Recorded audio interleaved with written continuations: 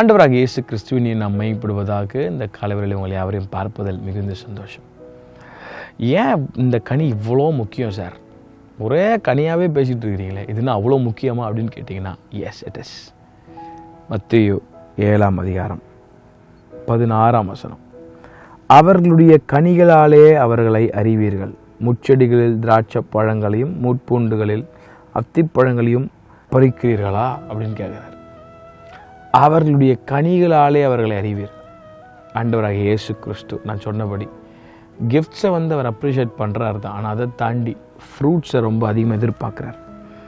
The world will know us by our fruits. உலகம் நமக்குள்ளே இருக்கிற கனிகளை வைத்தான் நம்ம யார்ன்றதை அறிந்து கொள்ளும். Witness through character. ஆகவே இந்த சத்தத்தை கேட்டுக்கொண்டிருக்கிற அன்பு பிரியமானவர்களை, reflect Jesus in your life. அப்போது அவர் விரும்புகிற கனிகள் இருக்கணும்.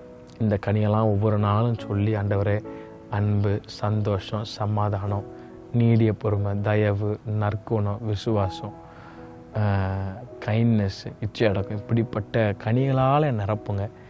என்னை மற்றவங்க பார்க்கும்போது உங்களுடைய கனிகளால் எனக்குள்ளே நிரம்பி அவங்க நான் கிறிஸ்துவனை ரிஃப்ளெக்ட் பண்ணுறதுக்கு என்னை உதவி செய்யுங்க ஏசப்பான்னு கேட்கும்போது ஏசு கிறிஸ்து ரொம்ப அழகாக அவங்க நடத்துவார்.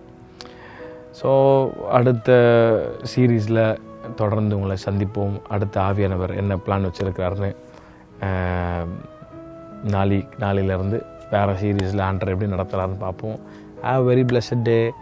Enjoy with your family. ஆண்டர் உங்களை தொடர்ந்து ரொம்ப அழகாக நடத்துவார். கர்த்தர் தாமே எல்லாரையும் ஆசீர்வதிப்பாராக. ஆமென்.